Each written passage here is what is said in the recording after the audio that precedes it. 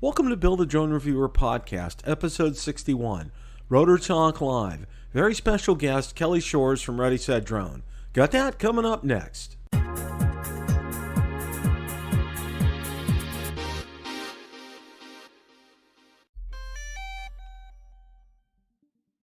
The other night on Rotor Talk Live, I was joined by co-host Marcus Crawford and Ron Braun. We had very special guest Kelly Shores from Ready Set Drone. It's always a treat to talk to Kelly, and we had a great time on Tuesday night. Among other things that we talked about that night were SpinUp 2020 and the new format that it's going to be this year. We talked at length about the Mavic Air 2. We also talked about Skydio 2 and spent some time talking about remote ID. So without any further ado, let's roll that episode in its entirety. Good evening, everyone. Welcome to Rotor Talk Live, Season 3, Episode 20. And if I have to introduce our very special guest, shame on you today and twice on Sunday. It's Kelly from Ready Set Drone. Kelly, how are you this evening? Fantastic. I could be I couldn't be in a better spot, and happy to be with you guys. Well, we're very happy that you're with us this evening. Ron, how are you this evening? Well, Bill, I still got that tropical storm offshore here, so it's been a very windy day today. So much that you don't even want to, venture too far from the house because it's that windy. Oh, wow. Yep. Marcus, how are you, sir? Yeah, doing very well. Raining here as well. I would love to get back out to the Snake River Canyon with that Mavic Air 2, but no such luck. Too much wind and rain. No. A few days, we're going to get back out there. We need to take a trip down. We need to take a trip down to Austin to get that good weather Kelly's enjoying. Today would have been. I actually my work has been slow and it's kind of picking up. So today was like one of the busiest days I've had in weeks, which was great. I needed it, but no flying for me today. Yeah, see, I had the same thing. My work was. I was pretty busy, and I had a pretty busy pace day today. And it's really kind of interesting for me because my wife's working from home too, so it's kind of like the two separate environments and everything, and try not to cross paths and everything. So, but the printer is in where she's working, so a lot of times I have to go grab stuff off of that. You find yourself in the back of Zoom calls a lot. Yeah, I mean it's like hello, and it's just I've heard this was funny. I heard on the news tonight. There are people that have been trying to crawl under the camera, and they see people crawling on the floor trying to avoid the Zoom meetings. I mean, it's just absolutely hilarious. I sent Ron and Marcus and this was funny. There's this family, and I think they're from North Carolina, and they've been doing parody videos. And they did one, and it was quarantine's not quite over, but it was done to Michael Jackson's. Help me out here, guys. Beat it, Billie Jean. Billie Jean. Nice. Oh, it is just so spot on. Oh yeah, like Billie Jean, Quarantine. I'll email you the link to that. Quarantine is not quite over. Yeah, oh yeah. It writes itself. Put my robe on, get the mail, turn around. Okay, it's pretty good. Well, anyway, okay. First of all, I want to ask Kelly, how have things been for you during quarantine, the family at home, and all that kind of good stuff? How are things going for you? Things are good. I will say, I typically day to day work for a video production agency and business. We I'll just give you that perspective first. We kind of found out things were going to be serious during South by Southwest. When South by Southwest got canceled, that's one of the biggest weeks of the year for us. We film film premieres, we do interactive stuff, we do book signings, we film all this kind of stuff, and it all got canceled, and that was like, oh no. And then kind of after that, things started slowing down. We started working from home more. There aren't a lot of shoots going on, but what did pick up was live streaming. We have a studio with a very fast internet connection with Fiverr, and that's actually where we're going to do SpinUp this year, is in that studio. It was like we're doing all these live streams, but the family's been good. We have not been so locked down that we can't go outside. I mean, and we have a nice yard. We have a park nearby. So my kids' school. So we've been going out, flying a little bit, and it's been trying, but not as bad as it could be for me. I feel very lucky to be where I am. Well, that's good to hear. And well, for me, yesterday I got a text from my younger son. He works in food service at an assisted living facility and found out that one of his coworkers, who hasn't been at work for a week, was tested positive for COVID-19. Oh, wow. So, yeah. So, you know, and I have two sons, and one's 25, the other one's 35. And, you know, and I told him, and I looked it up, and I found out I got them registered for free tests in the area. You know, I said, all you got to do is show your driver's license and you're good to go. So they're going to go do that tomorrow. But it's been 7 days. It's been 7 or 8 days. And I told them, I said, you know, the clock is ticking. You know, when you get to 14, you're pretty much can think that you're pretty good with that kind of stuff. So, well, can't you be asymptomatic still? Yeah, you can be asymptomatic too. And they've been pretty good, because I've been telling them, of course, my wife and I have been taking supplements. We've been taking like vitamins. We've also been taking zinc as well too. So I sent them some zinc, and of all things, they didn't have a thermometer. I said, so I bought them a thermometer, sent it to them. I mean, that was one of the things you couldn't find on Amazon. Yeah, that's true. That's true. They were very hard to find. Yeah. But wow. I scored one for them and got that sent out to them. So they're going to get a test. They've been feeling fine. And I told them, I said, you know, as much as possible, they live in a it's not real big 2-bedroom apartment. And it's just like, okay, you guys, you know, try to do your best to stay apart, but it's like next to impossible in a 2-bedroom apartment. So, well, don't you live, Bill, like right on the water? Yeah, we live on we have a lake right out behind us. It's a man-made lake, but it's right out on the water. So you can go out and get fresh air pretty much anytime. Oh yeah, we've been going out in the backyard like forever, and we've been wearing. Well, my wife's still wearing a mask, but when I went out going out to fly, I haven't been wearing a mask. But I've gone to, you know, our big trips have been like to the pharmacy to pick up stuff through the drive-through, because we've had all our groceries delivered by Instacart. Nice. So we didn't even have to do that.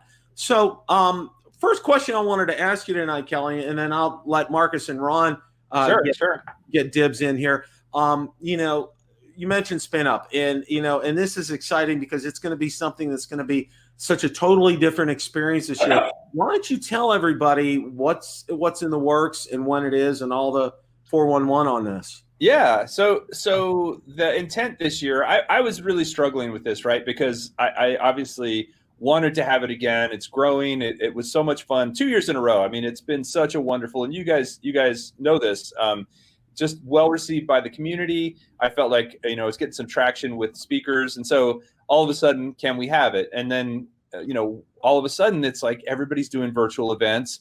It makes sense to do a virtual event this year and kind of allow a lot of this stuff to settle till people are more comfortable traveling. Nobody's putting their health at risk. And also, quite frankly, who knows if we would even be able to have that kind of event at that time. So it's going to be virtual. It's going to be on September 12th, which is a Saturday. And it's going to be, as I said, at my office. We've had the ability through some work we're doing recently to build several sets, like really nice looking areas within the office space where we live stream from.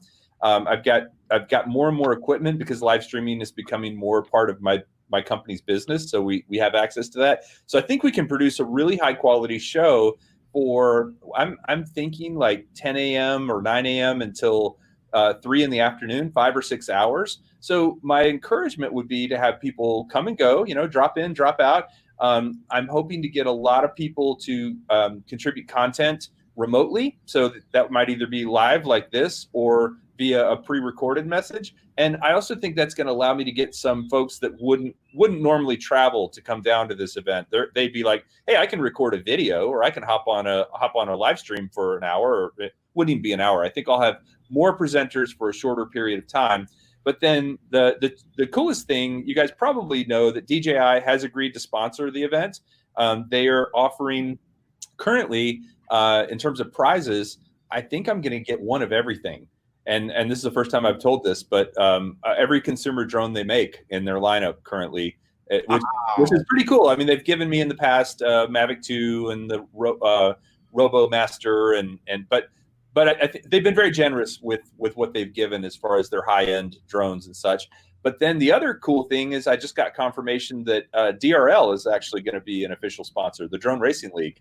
So they're gonna commit to some kind of giveaways to cross-promoting the event among the FPV community, and also having some of their pilots participate, remotely, most likely. Oh, that's going to be fantastic. See, I'm really excited because I feel like this is a good chance to bring more FPV pilots into this group. You're going to get such a great mix, and I think the thing is too. I think should like maybe the year after it'd be okay to physically meet. Okay, I think you're going to have I think you're going to have a good problem, capacity issues. Okay, because I think it's going to probably go through the roof. Well, I do hope so. I mean, we went from about 65, 70 quote unquote paid tickets the first year to almost 100 last year, and so it's those first 2 years are very telling. But ultimately, for me, it was so nice to meet in person. It really felt very intimate. So I'd love to hear ideas either in your, from your community, Bill, and in the chat, or from this group here that, we're all on right now. If you have ideas on ways to make it more personal, please suggest them, because ultimately, to me, that's what it's all about, is being able to connect with people. So then part two, so that's kind of the main thing. The DRL thing, I haven't announced that to anybody. This is the first time I've told anybody. I talked to their PR person 2 days ago, and she said, yeah, we're in. So which is really awesome. But the other thing that I have announced, although we're still trying to lock down the date, is a late September or early October meetup in Colorado. So you guys are familiar with Sean Oz. Sean has Ed Ricker and I went up to visit him and just do some drone flying earlier this year, right before all this stuff hit. I'm so glad we went. We got to snowboard. We got to see snow, got to walk on a frozen lake. I know you guys think that's probably funny, that I think it's really cool. I'd never walked on a frozen lake before. So totally new experience. But Sean has this beautiful location in his little town of Dillon, which is, I'd say, about an hour and 15 minutes outside of Denver. And there's a spot right on the lake. It's a pavilion. It's like a community thing. We can rent it for the day. There's no issues with flying there. We can fly out over this lake with mountains all around. And I thought, what a great place to do an in-person meetup. And so we're going to do that afterward, about 3 weeks to a month after. So it'll be two components, the actual online thing and then this meetup. And the meetup won't really have speakers. We're going to do like a barbecue, maybe do like a talent show, those kind of things. So that's I'm excited about. I'm actually almost more excited about that than I am about the event, but I'm excited about both. That's awesome. Marcus, Ron.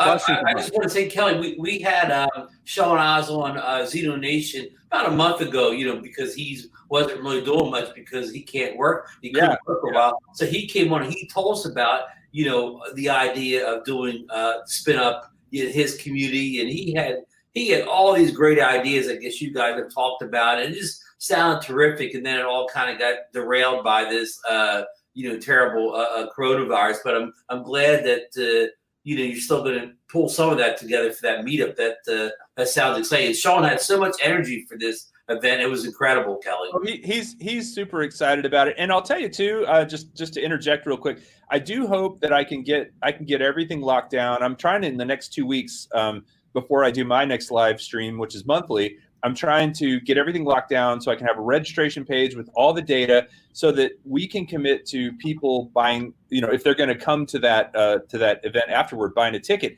Here's the thing, right now, tickets are so cheap, right? The price can only go up. You could probably get a round trip to Denver from just about anywhere for less than $200, I would think. At this point. Yeah. Or maybe less than 100. It just depends on the deals that are going on. So I'd almost say, if I can get it out there, it's one of these things too, where the airlines are being very, very, I don't say generous, but they're being very good with their return policies. Like if cancellations happen, so I feel like I could probably get a lot of people to commit to coming to Denver if it's not that expensive to buy the tickets now. And if for some reason we're still in a quandary at that point, hopefully you could just refund the ticket and use the credit later. So I feel like the time is now to get people interested. I'm actually buying tickets for several trips at the end of the year now, so that I have them. Locking that prices in. That's smart. For $100 or $200, even if it goes south, it's better than a $600 ticket is what I would have normally paid for something. Oh yeah. Like that. So Marcus, do you have any questions? SpinUp. Well, mostly except to say that Kelly, I really loved that video you did with all the cameos from people from SpinUp over the Oh, years. thank you. The song, the greatest song about drones ever. Yeah, that was just so cool. I mean, Thank that was you. undeniably cool. I wrote that song, and it's funny because I actually sang the original version, and I sounded so terrible that I had to have my buddy sing it. Like he played the lead guitar, and I played the rhythm, and then I sang the track, and then he was kind of mixing it for me. He's a real musician, and he was trying to be nice, yeah, we're gonna add some reverb, some more reverb, we'll add some more reverb. And I finally realized at some point, why don't you just sing it for me? And he did the vocals, and it was much better. That's awesome. He didn't have an auto tune. It didn't help. It didn't help. But drone skills are impeccable, Kelly. No, I will say that. Okay, we'll just leave it there. Thank you. Hey, one quick thing. We're going to have a virtual SpinUp this year. Can we have a virtual Friday night dinner at Sam's Boat where I can get that delicious seafood and you can get that nice band to play again? That was, I love SpinUp, but I just love to start. That Friday night event was just like, sitting outside in that warm weather, getting that delicious food. It was a beautiful night. Yeah, no, that I appreciate that, and they were just like so friendly and nice. The management there. Anyway, I'll do my best. I do think though, if we end up having the Spin Down event, we would do some serious barbecuing in Colorado. That would be fantastic. Well, kind of wanting to, we'll look forward to getting the information, and as soon as we get it, I know Ron and Marcus will blast it out on Zino Nation and on their own channels as well. And you got it here because I think it's a great. Your concept this year is fantastic. I mean, when life gives you lemons, make lemonade, kind of. A thing, so. And I'll be honest, I didn't think it was fair to everyone, because I think some people are at more risk than others, right? And so ultimately, if you look at the average crowd of the four of us, the average age of the four of us, we're all way over 50, right? And so at this point, statistically, I think a lot of this audience is more reluctant to travel right now than I would be comfortable having travel. I don't want people to put themselves in the feeling that they might get something. So I thought the virtual event kind of had that going on. And the other nice thing is by doing the live event after, we're putting a little more time between us now and then. At some point things have got to get back to normal, but I feel like the longer we wait, the more normal it'll be. And I think you're right along those lines. I know here in Florida, looking at the numbers are really bearing that out. I mean, as time is moving on and as they're doing things in a wise manner, I think we're gonna kick this thing. I really do. All right, one of the big things, obviously here, the Mavic Air 2. I mean, it's just on everybody's radar right now, so to speak. I mean, that's a bad term, but it really has kind of set the tone right now for DJI. And it's kind of like you have the Mini, now you have the Mavic Air 2, and then you have the Mavic 2, and then probably something else coming this summer. It's like Mama Bear, Baby Bear, Papa Bear kind of thing. One of the things that struck me right away, Kelly, about this is from just having the Mini and then having this is it feels solid. I mean, it's it is a big jump up from the Mini. It feels heavier. It feels more solid. I do want to interject one quick thing though. You mentioned about something maybe coming out over the summer. I did get a commitment from DJI that if something new comes out between now and SpinUp, that would be included in the giveaway. So wow, so that's kind of cool because it would just create a little more buzz. So they said whatever is currently announced at that point will be in the giveaway. So I'm excited about that. But I didn't want to love the Mavic Air, but I do. It's just so quiet. It's so smooth. It's so fast. And I was flying it in sport mode and in regular mode, kind of whipping around this field the other day and just letting go of the stick and watching. They all do that really well, but it seems to be like Goldilocks. It's like just right in terms of size and the Mini just feels a little tiny and light and as it should be. And the Mavic Air 2, or sorry, the Mavic 2 Pro or Zoom, those feel more substantial, but they feel a little bit more like a truck. You know, the Mavic Air 2 feels like a sports car. Mm-hmm. That's a fantastic analogy, because you know it's like that was the first thing I said when I picked it up. You know, it has some, it's substantial. One of the things though that I found during my flights, and you know, we kind of talked a little bit about this last night on Zino Nation, is when I was doing my precision landing test and flying out. It was, like I said, it was a pretty windy day. I had the gimbal pitch. It was doing that several times, and I had to adjust it because of the wind. I mean, I was really kind of surprised. I mean, that really kind of took me back, because you know, it's like, you know, it was like 15-mile-an-hour winds. I wasn't really expecting it, and in you know, I was at 100 and then 200 feet, but then it didn't matter where I was at. I mean, it was just kind of doing that. It was just, I had the same issue on my return to home a couple of times when I was sending it out. I just saw it kind of like for a second just kind of drop down, and I don't know if that's a calibration issue. I don't know if that's a software, you know, if that could be updated with software, if it's a physical thing. It only happened and it was very quick. Like it just kind of happened and disappeared. I was looking down at my screen and I was like, oh, did that just happen? And then it happened again. So I've experienced the same thing.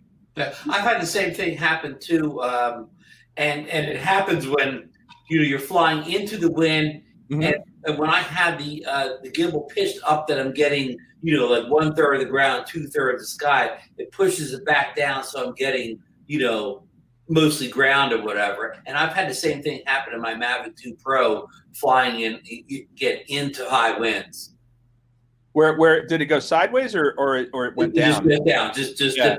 right there. Just did like it dipped, like, you know, it went from being raised just a little bit to being down just a little bit. It's like the wind caught it on top, like an airfoil. Yeah, and I fly a lot at the beach, so I get a lot of strange gusty winds that most people don't see.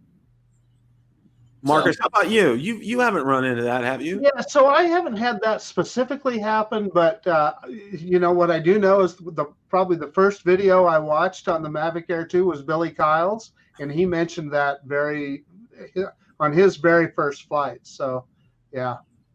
Well, you know, that one of the other things for me is, and I noticed this, you know, after, you know, I don't normally go through a ton of batteries at a time, but my first time out, I went through all 3 batteries. Okay. And it's a long flight time. So you must have flown quite a bit. I was just going to say that flight time. I mean, it's just like they really kind of tweaked everything they could in terms of getting flight time out of this. It was just, I was just so impressed with it, Kelly. So have you guys heard about this thing where if you use the multi-charger for the first time, it might break your battery? Yeah, we have. So, anybody experience that? No, our friend Lauren Donauer, he works up at a DJI store up in Canada, and he's been on the show occasionally with us. He's in the chat tonight as well. He's the one that told us about that, and he said he called it a gang charger. He said don't use your gang charger at first, or you could brick all your batteries. Those Canadians, so gang charger. Yeah, gang charger. I was like, okay, Lauren, we give up. You're putting petrol in the battery. Yeah, it's like, my wife's actually Canadian, so I can say that, I guess. is that considered racist? What is that if you Canadians? Anyway, so here's the thing. I actually didn't know about that. And I did charge my, so I had the Flymore combo. I did charge my batteries the first time with the gang charger. I like that term, actually. I did charge it with the gang charger, no issues. So I've run all 3 of those batteries down and back up, and I assume, you know, it's either going to happen right away, or I don't know. Is it something that could happen delayed? Or do you think it would have happened right away? The first time you do it. First time you charge your batteries to do it that way, and then since then I did it on the multi-charger, and mine's been fine. Well, Laura did preference that. He said by the time you get yours, a firmware update may fix it. So say you got your Mavic Air 2 and you did the firmware update like right away, like a lot of them did, that may have fixed the problem before you even got to the point where you're charging batteries. Well, and you know, when you get that inconsistent firmware error and you have to slide and then you wait for your battery to update, that's happened every time, like on all of every time I've used a new battery, every time So it's 3 batteries. Each time I put a different battery in. The first time I got that firmware, inconsistent firmware thing, and had to wait. Now, one of my subscribers, and I wanted to ask you this, Kelly. He's of the opinion, and kind of, with the Mini, when he was doing firmware updates with the Mini, to do them via DJI Assistant versus doing the over-the-air, the Wi-Fi. And he actually put a video together. Richard Law's his name, L-A-H, and he put a whole video together about that, saying a lot of times. Law's his name. Sorry, hold on. I'm just bringing up the chat here. He put a whole video together. Trying to mute that. Okay, go ahead. Okay, and what he basically said was, you can run, for some reason, doing it over the air via the Wi-Fi, you don't sometimes might miss stuff, even though it says it's complete, because he did some investigating, and he did it that way and was having some issues with the Mini, and then he backed that out, and then he did it with DJI Assistant, and then he didn't have those issues after he did that. So his opinion is to do it with DJI Assistant versus Wi-Fi. And and I have to say, it all depends. One of the things through the years, it's like it all depends on when you're doing it, because a lot of times I found if DJI servers are busy, okay, it's just gonna croak no matter what. But if you pick the right time, it's gonna go through. So you're saying it's more about the timing than it is about the platform? Yeah, that's what I think, as far as like using DJI Assistant too. I think it's better. I kind of agree with him after watching his video, but I didn't know if you've heard anything about that or not. DJI Assistant is actually extremely useful for calibrating a variety of things. You can actually, have you ever gone through the whole process where you calibrate the camera? I did that with the Phantom 4. Yeah.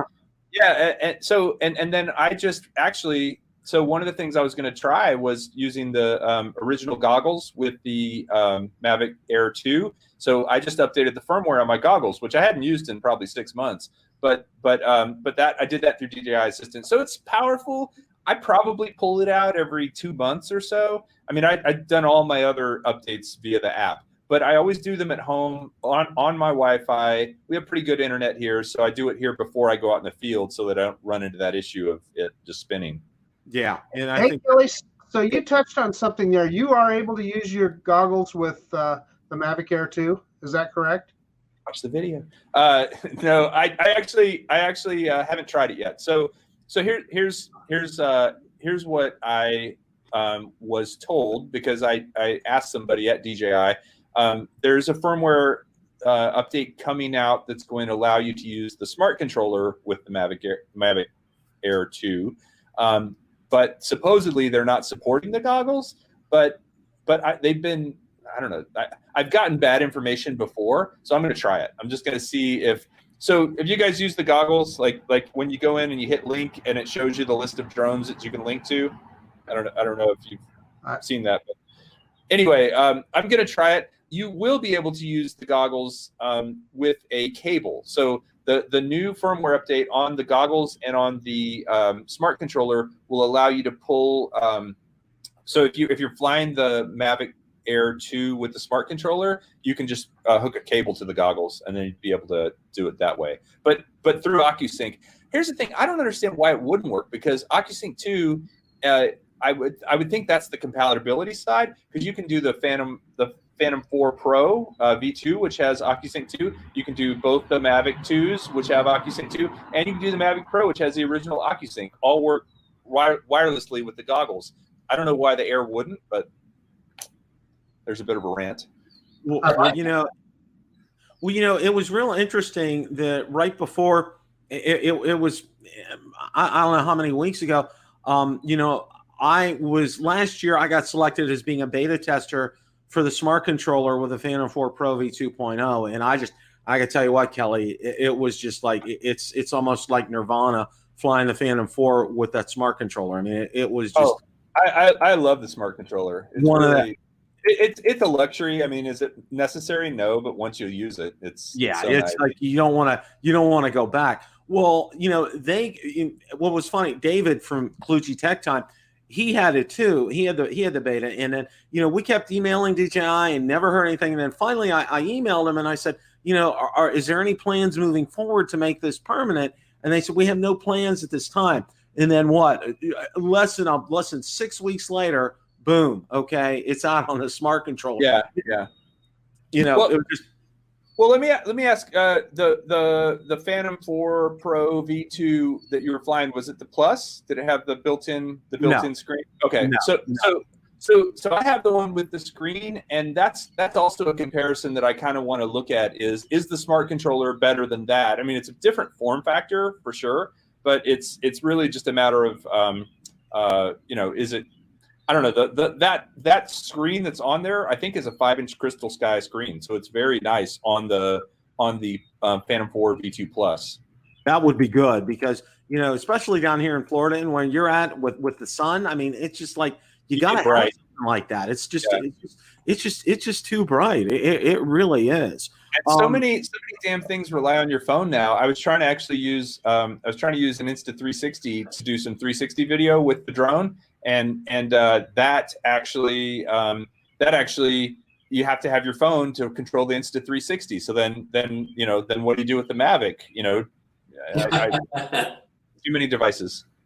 Yeah, really. I mean, it's just kind of crazy. I mean, we've been to the consent. I mean, we had fun the night of the launch. Okay, we had like a pre-show on my channel, and then we flipped over to Zino Nation, and it was a lot of fun, especially because we're all quote unquote shut in and whatever. We just made it a night of fun. It was a nice thing to get excited about. I do think I agree with you. I think it's really nice when you have something to look forward to, speculate about. I mean, you guys always have the scoop on these things. I don't know who this mysterious person that's always giving you information, Bill, but I'd like to meet this guy. Oh, he's a good guy. He really is. He's up in Canada. Hey, real quick too. I just want to say. I mean, I don't want to go all Ken Heron on you with the super chats, but you got 3 super chats. Stephen Ewing, £5. Yeah, Stephen Ewing, Jeff Voigt, and Jaybird Drone tonight, and Metro Drones. Thank you guys for the super chats. Fantastic. We really appreciate that a lot. I mean, we're getting more than usual, Kelly. I think you helped bring some good super chats to the show. It must be the pretty face. No, absolutely. Well, imagine if I have Ken on and his pretty face. And his, what it is? I think it's Pavlovian with people on his show because they want to hear that cash register sound. Every time he does it. Or the sticker song, either one. Right. Yeah. I don't know if you saw Ken Dono. He did a video, and it was like one of his first flights up the Mavic Air 2. He was down. Oh, he crashed it. Yeah, he crashed it. Okay. Yeah. And I would have paid $1 million to have been on that rooftop to have heard what he had to say. He was with Michael Barrington there. Oh my gosh, that just would have. But he was smart. I mean, I got to give him a lot of credit. Because that video took some guts to put out. I mean, he basically put it all out there. He put it all out there, and then he also was smart in how he did it. He says, I could have gone higher in the air, but then I just decided to, just hit it up against the building and let it fall down. And he used the find me part on the app, and he found it, which he was real fortunate. It was still flyable, he said, right? Yeah, he showed it, and I'm like, you got to be kidding me. That thing's almost like a tank. It's like, they said, a lot of people said with a spark, they ran it into trees and buildings and stuff. And I actually crashed my pre-release Spark, which was a bummer. Fortunately, I was almost done with my video, but what do you do then? You call them and say, hey, that drone you sent me, could you send me another one? Hey, you got another super chat from Joshua Lighting. Joshua, thank you for that. Appreciate that. All right, in Kelly's defense, you pre-release Spark that was out without the controller, right? So you had to do you were flying with your phone, right? No, I had the controller. Oh, Spark. No, I'm sorry, Mavic Mini. Mavic Mini. It was the Mavic. No, I didn't crash my Spark. I crashed my Mavic Mini into a wall in my office. Like I was flying it indoors, and I just I was being dumb. But sorry, it was the Mavic Mini, not the Spark. Okay. Hey, Kelly, you may not be able to say anything here, but just nobody's listening but us guys. Did you have that Mavic Mini at SpinUp? I did, yeah.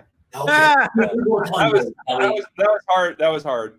That was. I was going to say, it had to have been like pulling teeth when you have something like that. You're up on stage, and I sometimes just get, a little aggressive with what I say, and that's why I was not having anything to drink. I didn't want to get, Look at this. So next time we're all together, you guys need to buy me shots, and you'll hear everything. Drones, yeah. Guys, right before a new drone comes out, we know what to do. Let's go down to Austin and take Kelly out for a night on the yacht. We'll know everything, guys. I mean, it's just as much as I. You know what though? I didn't get an Air. I didn't get an Air too. I don't know why. I like talk to those guys pretty frequently while I was planning SpinUp stuff, but I have to say DJI has been great to me. As I said, they're sponsoring SpinUp, and even though certainly there are they're the 800-pound gorilla with the target on their back that everybody's after, but I think for our community, for the folks that make these kind of videos, I do think that I actually was really happy to see some folks like Felix with Quadcopter Guide in Germany. I don't know if you guys know him, but he got an Air, and I was really glad to see him. I want to see more people get it. It seems like it's always the same people, myself included, and so it's nice that they're kind of like, Bill, you said you got the pre-release of the smart controller, and it's nice that they're kind of doing that. So I think it's kind of cool. Yeah, I was bummed, but at the same time, I wasn't that bummed. Well, and that's something Ron and Marcus and I kind of talked about, because we kind of think, like you and Rick Smith, for starters, getting it. Rick didn't get it this time either, so it's like, it's kind of like, oh, okay. Well, Aldrin Estachio got it. We kind of figured that, but then, it's like the iJustine and some of the other ones. I don't even know if Casey. I haven't watched. No, who was missing? That's what I was just gonna say. Who was missing? Casey Neistat has not had a Mavic Air 2 video, so he must not have got one. Or I don't think he's making as many videos. I think he's kind of slowed down on his video making. Yeah, well, he moved from New York to LA, so I don't know if that was in the mix or not. Kind of want to change gears up here, and I know this subject is near and dear to Marcus and Ron's heart, and Kelly's too, the Skydio 2. But before we say that, I just want to let Kelly know I got the reservation, and the day I got the reservation, I decided to go ahead and cancel my order for Skydio 2. Okay, and everybody's going, "Are you nuts? What are you doing? Okay, or is your head screwed on straight?" And I said for reasons for me, yeah, because one of the persons I talked to was Ken Dono, and he was one of the first persons to get it and to try it, and he would tell me, we went out to dinner with he and his wife for Christmas, and he said, "Bill," he said, "you made a smart decision, not getting that." He said that was actually a very wise thing, because he said being a it's not quote unquote a normal drone. Okay. He said a lot of people, have expectations for a drone, and, with the Skydio 2, it's not like, he said, he just started going off on a litany of reasons about that. So, I'm going to get out of the way here. I'm going to let Ron and Marcus go for it with Kelly. Well, first I'll ask you, Kelly, how have you liked Skydio 2? I am amazed by it. It's a different animal. It is. It's not what you're used to. But I've had it on with my bicycle all around my neighborhood, and I've had it on an electric skateboard and on a scooter. And as far as chasing you, here's the thing. Here's what it does really, really well is with the beacon. And I have to actually thank Rick Halber, who lent me his beacon. I still have it. So Rick ordered the beacon with his. I wasn't able to order the beacon because they didn't have them by the time I was kind of low on the list. But anyway, I have Rick Halber's beacon, and with the beacon, it will follow you relentlessly, and it will do so. Here's what blows me away. You're riding your bike, and it's behind you. You push the button on the beacon to go in front of you, and it doesn't go in front of you slowly. It goes, and it's in front of you. And it doesn't matter if there's trees. It doesn't matter what there is. It goes around. It's not failed on me at all. Now, I saw Billy Kyle put it in the water. So I know that's a possibility. But so far for me, as far as following me goes, flawless. Two things. Number one, I don't think there's another drone that I own that puts a bigger grin on my face than that Skydio 2. And number two, the most underrated thing on that drone is the camera. I don't spend a bunch of time color grading or anything, and the video straight off of that camera is phenomenal. And then, of course, everything that everybody else loves about it as well. And I know Ron can speak more to the camera than I can. Yeah, I totally agree with Marcus. I love the camera for people that don't want to color grade, people that just want good video right off the memory card.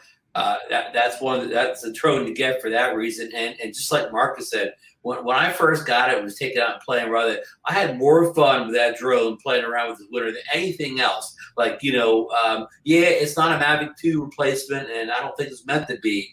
And that's what a lot of people like Bill, it's a good reason it's good that Bill canceled, because if you expect to get a Mavic 2 Pro replacement, it's not. It's like you said, it's a different beast. But again, I have more fun taking that out than I do any other drone. But I'm going to throw this caveat in. Since I did the recent updates for the app and the firmware update about 2 weeks ago, because I'm on iOS, so they always come out about a week after the Android updates. All of a sudden now, it doesn't follow the beacon as well as it used to. And for the first time ever, I've seen the gimbal shake now. Wow. Well, now, so they just released a firmware update 2 weeks ago. So I guess the developers, because I know their manufacturing and shipping is shut down, right? So maybe the developers are still working remotely. That's a possibility. So they about 2, maybe almost 3 weeks ago for Android, they released a firmware and they did an app update. And I've seen, again, it's performed. I flew it twice since then, and it's the worst it's performed since I've had it with this recent firmware update. It could just be my drone. Maybe I did something wrong with the firmware update, but something's up with it. And so actually, Sean Oz said the same thing on his most recent video with the Skydio. He said he's going to contact them because he had similar issues to me in a video where just recently he still had enough snow that he had to follow his snowboard down the side of the mountain. He had similar issues to what I'm reporting. There's a couple of comments I want to just read about it. And that was, where'd it go? It was Lauren was saying, biggest thing I don't like about the Skydio is the video always looks like it's hunting, not smooth. I think my problem, I haven't tried to use the Skydio in any sort of cinematic way. All I've done with it so far is whip it around the sky really fast, pointing the beacon, sort of the lightsaber force thing. So I can't really attest to how it does under more controlled cinematic situations. But I do think that Sean, we've referenced Sean several times. He made a really good point that the Skydio, to me, the camera or the video you get looks a lot like a GoPro Hero 7. So I have a GoPro Hero 7. Like if I put my Hero 7 next to the Skydio's footage, they look almost identical to me. And the Hero 7's a great camera. It does a good job. It's a look, right? It's a very distinctive look. It's kind of got a little bit of a blue tint to it, in my opinion. Just if it's running in auto, but I've not seen the hunting thing that Lauren was referring to, but I know what you're talking about. Billy Kyle told us a while back. He said that he heard rumor that some of the engineers that worked on the video for Skydio 2 were former GoPro employees. So maybe they brought a little of their know-how over from GoPro, their color look to it. And also, I had 2 points to make there, and oh man, I forgot the second point of something you just said. So it always happens to me. I never want to have 2 points because I never remember the second point. Kelly, I wanted to ask you: did you get the controller with it? Yeah, I did get the controller, and I've only used it a little bit. I've mostly used the beacon. It's funny because I actually enjoy flying it with the beacon more. Now I did actually with Sean up in Colorado. I did use the controller flying around in the pine trees, and the nice thing about it is you don't have to. I say this is nice. I don't know if this is good or bad, but you don't have to pay a lot of attention to where you're going because it goes around stuff so well, right? You can kind of throw the stick backwards and it'll kind of hunt its way through the trees. I hear the big issue with the controller is range, and that. But Rick Halber also sent me. He had ordered 2, so along with the beacon, I have a range extender that he sent me, which I haven't actually tried yet. Anybody tried it? No, I don't. I'm not a big range guy. I've got it out like I've got it out like 2,500 feet or something like that, or whatever, with still FPV. So it's good enough for me. Again, I'm not really a range tester. I like basically filming things that are within eyesight. So yeah, keep it legal. One of the things that and I talked to Ken a little bit about this because he was with the Skydio, that it was, I hate to say the controller was an afterthought, but it was just like, okay, Parrot, sell us some controllers and slap our internals in it and do what we need to do and make it good, and I know both Ron and Marcus can speak to it because it's an Anafi controller is really what it is. And and I think and for what Ken did a test with Michael Barrington early on when he had it, and I really liked this video. What Michael did was he kind of chased it with a Mavic 2, and he had the camera pointing at it because early on there was no telemetry data. Okay, the app didn't when it first came out. The telemetry data was missing until I think the first firmware update. Yes. So they had no idea how far out they were. Okay. Oh wow. So he went with Michael to do that, which was actually great thinking because he had no idea, and then all of a sudden he completely lost. I mean, and it wasn't that far away. It was maybe, I don't know, 1,500, not even quite 2,000 feet. Lost his FPV view, and then next thing you know, was coming back. I mean, it was just it just quit. So he said the one thing is that controller. It's problematic. So I would really like to see if Skydio. I mean, I know with the coronavirus and all that and being shut down. But if maybe they could give some thought to if they put out a 2.5 or something, or if they do an upgrade, that they have some kind of an upgraded controller with better range, because say what you will, that was probably even more than the noise from the original Mavic Air. That was probably the number one complaint. It was the range with the Mavic Air. And I think for a lot of people, that's the number one question is range right away. Well, I agree with Ron too. I've done some range tests, and I don't know why people love them. They get lots of views, and I'm actually I'm going to go up this summer to the St. Lawrence River, and I'm thinking about sending my Mavic Air down the river. See how far it'll go. I don't know if I should do that or not, but I know it'll get a lot of views. But regardless, I agree. You don't need to fly your thing 2 miles or 3 miles or 4 miles away. There's really, I mean, it's illegal. And it's really not. I don't see the purpose of that. But you also don't want to lose the signal, like you just talked about. That happened. You don't want to just have it suddenly drop and you can't see your screen anymore and you don't know where it is. So that's where OcuSync, to me, you want to be over provisioned as far as range goes, right? So if you're going to fly it within a mile, you want it to have the capacity to go 3 miles, right? Right. I've got a question for you. If you fly in a area with heavy Wi-Fi interference, and you only want to fly a mile, but you may be behind, buildings or something at that point, and you need that extra, strength to penetrate structures, and you penetrate through heavily Wi-Fi infested neighborhoods. So that's a good point, Kelly. So Kelly, one of the things that the Skydio 2 kind of brought to the forefront was tracking, right, and three-dimensional obstacle avoidance, etc. And so that got me to thinking about my Mavic 2 Zoom. Well, it has all that, and I never really messed around with it much. So I tried it, and it works really good.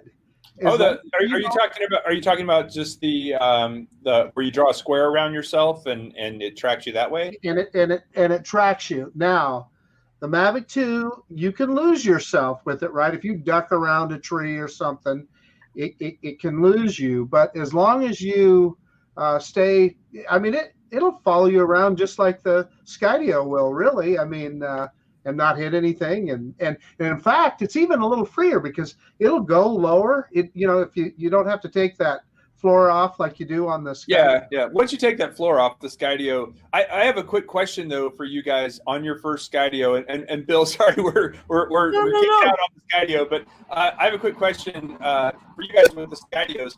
First time I flew it, I took it in the backyard. I set it all up, downloaded everything. It took a little while, charged the batteries, and just wanted to. I wasn't even filming. I was just gonna try it and just kind of get the feel for it. First thing it does is goes up, and I don't know why it did this, but it goes up over my house. Like it just kind of took off to a certain distance and then just hovered there. And that was such an unusual thing for me, because most drones, whether it's DJI or otherwise, when you hover, they just hover. But this one just decided this is where I need to be, and it went there, didn't hit anything, and it was still within line of sight. It wasn't even that far. But as it's heading toward my house, I had a freak out moment. But then I realized, okay, it's got cameras. It's not going to hit the house, right? That would be a big fail. And it just was up over my roof and just kind of hung out there. And then you mentioned, I think actually this is the first time I was using the beacon. So Right. I had to push the beacon and kind of bring it back in to get it back down. It is hard with the beacon to bring it to you and get it to land. I don't know if you guys have experienced that. Yes. It does. And what you experience, Kelly, is when you use the beacon to take off, it immediately goes into a mode where it's looking for somebody to track or something to track. Yeah. That's why it went up, because it must have not saw anything right away and immediately went up searching. Like I've seen, like the first time I used the beacon, my very first flight of the beacon, it couldn't find me for a while. Like I had to really walk around, but once it had me, it had me. But it was like, hey, I'm right here. All over, up and down, looking. And like you said, I would have worried with any of the drone, but I knew, well, there's no thin wire for this to hit, or some thin tree branch. It's not going to hit anything big.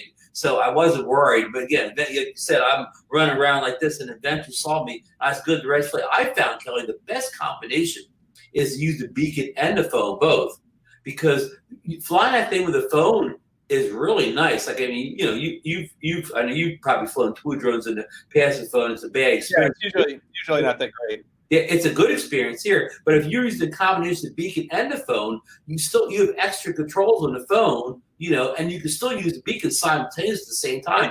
And I think it actually tracks you better if you have the phone in your pocket, like if the phone's on your person. Yeah, right. You have basically a backup or whatever. It has two ways to track you. Well, like Billy Kyle's very first video where he's skateboarding, along that path, he goes that bridge. He's got a combination of both, and I think that is the best combination to have both going. But the control, I mean, Marcus was getting pointed, but the controller, outside the range issues, a lot of people not going to control, but they're all dyed-in-the-wool DJI guys.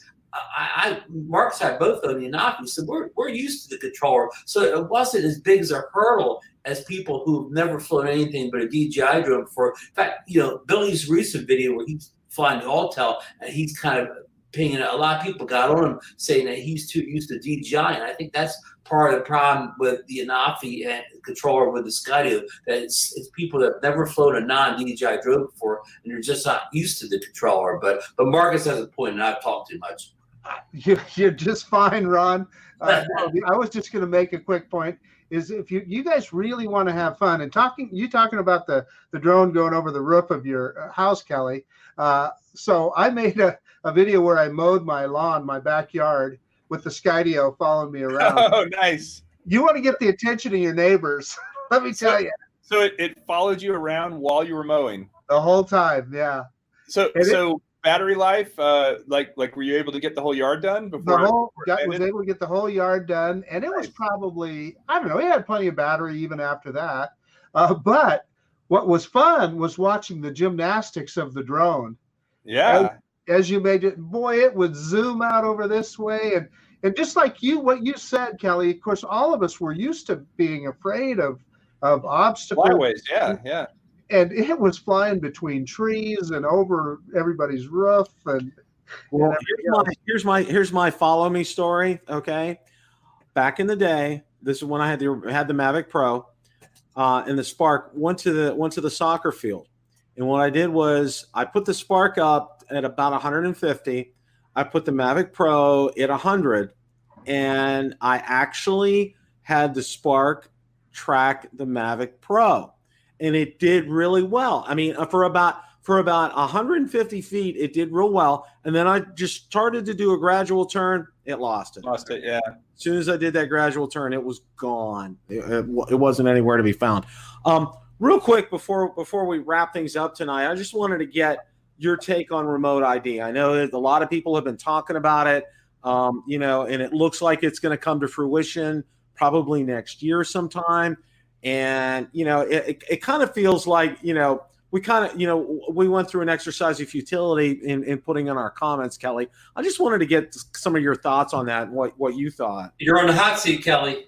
Yeah, I know. And it's funny because I don't get worked up about this as I think a lot of people do, but I think that we need to do something, right? I like the license plate analogy that Schulman from DJI used. It is like having a license plate. Now the stickers with our ID numbers is also like a license plate. When it's flying and it's that tiny, that doesn't really do much good. So you need a license plate on your drone so that you can be held accountable. I think what's the problem is that there's a lot of things they're not thinking about that could be solved for, and it seems like there is something at play that we can't really. Oh, hey guys, check this out, dude, going by on a one wheel. Nice. So there's a lot of things in account right now that seem like stuff's going on behind the scenes, like the selection of the companies that are going to be involved. Like who decided that, and then also what happens to everything that's outdated? Is there a grandfather clause for existing hardware, or is there going to be an easy fix for us? I mean, that's another big question. Home built drones, does everybody have to subscribe to a service? There's so many possible gotchas with the current plan that I don't think it's really going to help the industry. I don't think it's going to help innovation. I don't think it's going to help kids with STEM, right? Which is what this country needs right now. I don't want to get political, but we need more kids doing science, Yes. And so this discourages those things.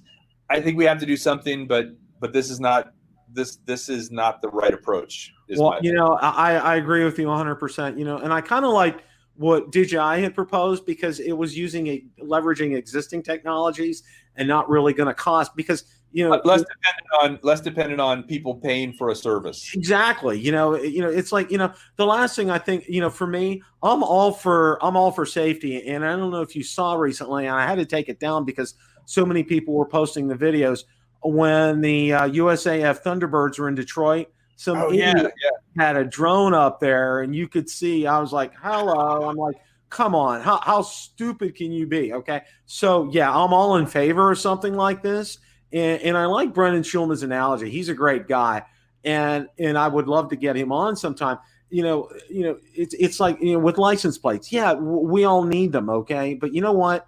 I don't want my neighbor, 2 blocks down the street, to know when I'm up in the air and all that stuff. And, he may be a redneck, pardon that. I don't want to offend anybody. He may be of the variety, he's going to pull out his gun and try to shoot my drone down. It's like, or I would say, so I actually differ in opinion on that, Bill. And where I differ is, I feel like him knowing you and knowing that you're flying, I've made it a point to tell all of my neighbors in the immediately, like 3 houses in every direction, that I do drone reviews, and that, I do this not for a living necessarily, but that it's part of, and also I'm Part 107 certified. I fly for work, like I'm the drone guy at our video production company. So typically, and I have a few curmudgeons. I mean, I live in Texas, right? So there's a few rednecks around here. But the point is that I feel like by letting them know. Now I know what you're saying is that automatic beacon thing, but I think people are more afraid of what they don't know. So if you want to know, hey, that's Bill flying up there. Okay, it's all good. That's not somebody. Yeah. So, see, I think you bring up a good point. Because my neighbors all know that. And I've let them know that. I'm like you. I've told them, like, hey, I have a drone channel on YouTube. You're going to see it up every now and then. Like and subscribe. That kind of thing. Ron, Marcus, you have any thoughts about this? I know Marcus does. Yeah. So here's my worry is listen, I am fortunate to be surrounded by a ton of Class G airspace, and in fact, I seldom, if ever, fly in any kind of controlled airspace. So I don't even need to get permission because there's no need to. There's plenty of places to fly that you don't have to be. They're great places to fly. And I always wonder, well, whose business is it when I'm out there in Class G airspace, out in the middle of nowhere, really? And my concern is, how is this connection going to work if I'm out there and I'm out of cell phone range? Is my drone still going to be able to take off, etc.? So all those are open questions that I have a concern about. Like all of us here, I own a number of drones.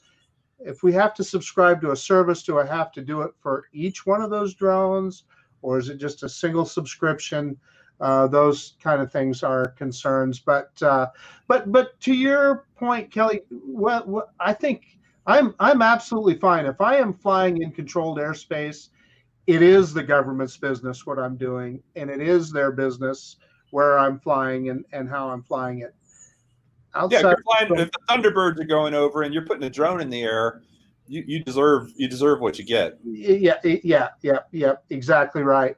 Yeah. So in any case, there's just too many unknowns now to really have a full opinion yet. So yeah. Anyway, Ron. Well, I'm going to cede my time on the that issue and put Kelly in the hot seat again, just real quick here. Kelly, what do you think of the lawsuit Autel has going against DJI about the locking propeller mechanism? Do you think it will ground DJI this year in any way? Well, okay, so two things on that. Number one, Aldrin from FlightPath just put out a video. I think it was today. By the way, that guy's pace, man, he puts out the videos so off. Makes my head spin. I talked to him he and I have gotten to be friends, and oh my God, I'm like, dude, would you just slow down? You're making me feel so guilty for not publishing content. But he's a great guy. He put out a video about about the fact that the new Air, I don't know if you guys know this, you can put the pusher on the puller side, and you put the puller on the pusher side, meaning the one with the white stripe, you can put it on the black, or vice versa. And he kind of said, I wonder if that has something to do with the patent on it, number one. And then number two, and I'm hesitant to share this, but it's not really private, but I was asked by DJI recently to use my Amazon affiliate account and versus their affiliate account. And they used to always push me to really use their affiliate account. I don't know if you guys do DJI affiliate, but yeah, it's a great program. They pay really well. Like the money comes, but I got asked by, the guy I work with over there, hey, can you use our Amazon store? Maybe they're just trying to promote it more. Maybe it's a shipping thing, but also wondered if maybe it had something it was kind of the timing was a little bit, so maybe it's like through Amazon they can import these things. I don't know. But I honestly, I feel like this is going to blow over. I mean, Autel, we need the competition, and I don't think this is going to change any major course. We talked about it last night on Zino Nation, and I'm glad Ron brought that up.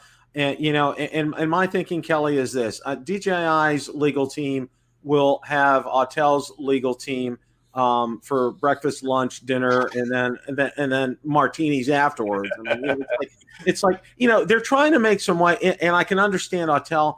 They're probably cash strapped. They probably need to get infusion of cash because before CES they had to get money from the parent company over in China to be able to get their booth at CES this year. I mean, they were cash strapped. So I mean, I think it's going to blow over, like you said. I really do. Guys, let's have some closing thoughts. Kelly, you want to go first?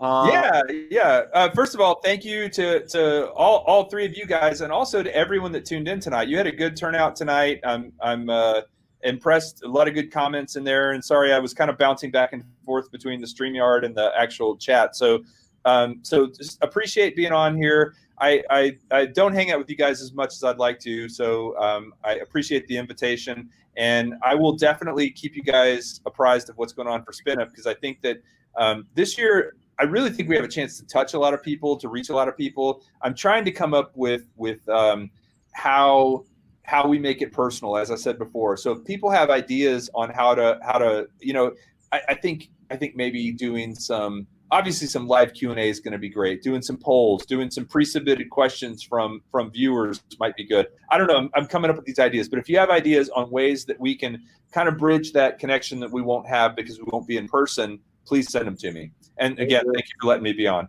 Absolutely, Kelly. Marcus.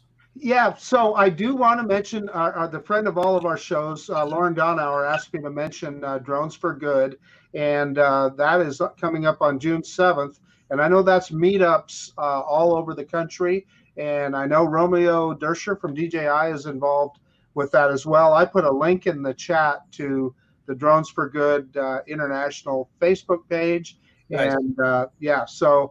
And then as far as SpinUp, Kelly, I'm really so looking forward to that. You know, my first SpinUp was the one this past year. Yeah.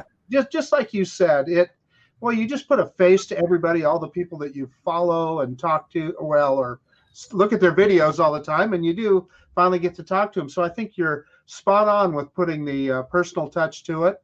And yeah, thanks for coming on Rotor Talk Live. Hey, can I ask a quick question? I just popped up on Facebook. Drones for Good International or Drones for Good? Is Drones for Good International? Okay. The web page is Drones for Good International. That's the one John Hour up in Canada. I just requested to join. They got you. Oh, thank you. Ron, go ahead. You know, I want to thank Kelly for coming on tonight with us, and I want to thank all the hard work he's put in at the first two spin-ups. I'm sure this first one, even though he won't have people there, I'm sure this is going to be a lot of work and time consuming for him. And what I want to invite him to, when he's got everything lined up and ready, and he's ready to promote it real hard. I want you to come on Zino Nation and plug everything and let everybody know, and we can, anything you need to let people know, come on the show, and we'll devote a show. Last year I was trying to get you to come on for the other spin, but I got Steve Carpenter to come in your place, and he did a great job of laying everything out for everybody. And Steve did such a great job promoting. But we're going to have you on this year too. 100%. And have Steve on with you. We'll have you both on the promote the virtual spin up. Love it. So. Gentlemen, thank you. And Kelly, I ditto everything Ron and Marcus said. It's always a treat to have you on. And and I'll go back to this. When I first started out, my first two comments on my intro video were you and Kelly. Who was the other one? Do you know who it is? I know you know him because you sent him.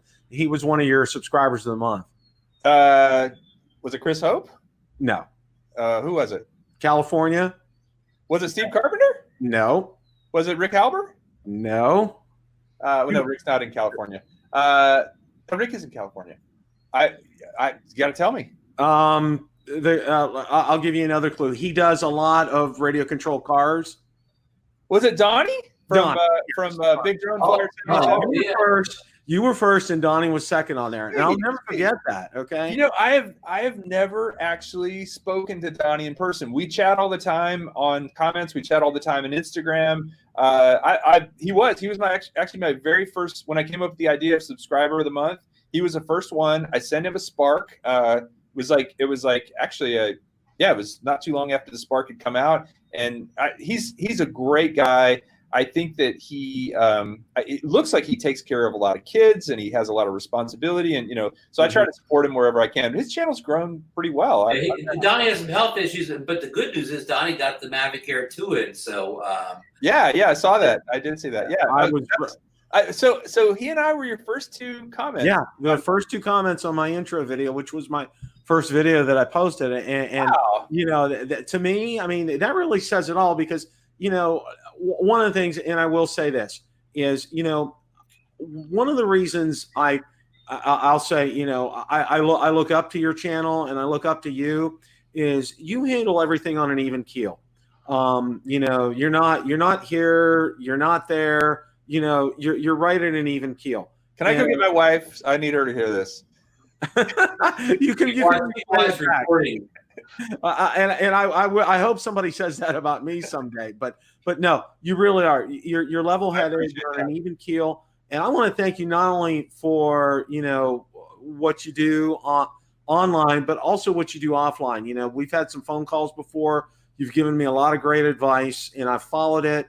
You've given me an incredible book, which I really enjoyed.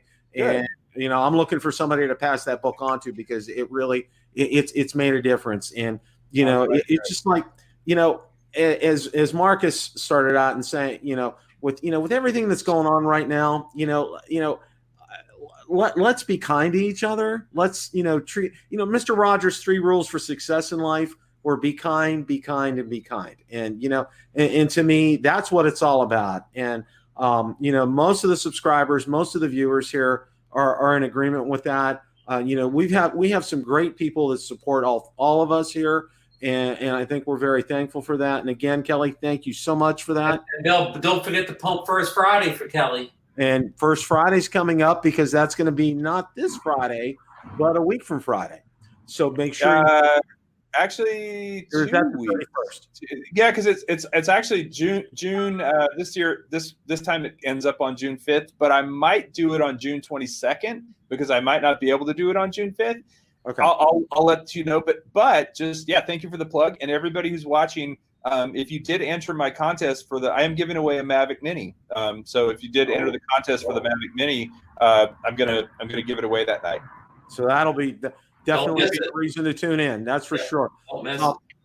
The message out there to everybody is to be safe, and just follow what your government is telling you to do. We're getting through this. Things are looking better in most of the areas around the world. Just use, common sense, guys, and be smart and be safe, and just continue to do it. Again, Kelly, thank you so much for coming on. Ron and Marcus, just want to let everybody know, coming up in the next few weeks, I have several great people that we're going to be talking to here. Okay, household names as far as the drone community is concerned. So the next several weeks, and somebody who I've never had on the channel before, but you guys know he's fantastic. I think you'll all enjoy him. So stay tuned the next several weeks. They'll all be coming up. So again, everybody, thank you so much. And go make sure you watch the Philly and Ron show coming up immediately on Philly Drone Life. I didn't want to forget that. I got a plug in for you, Ron. So everybody, take care, and we'll see you next time.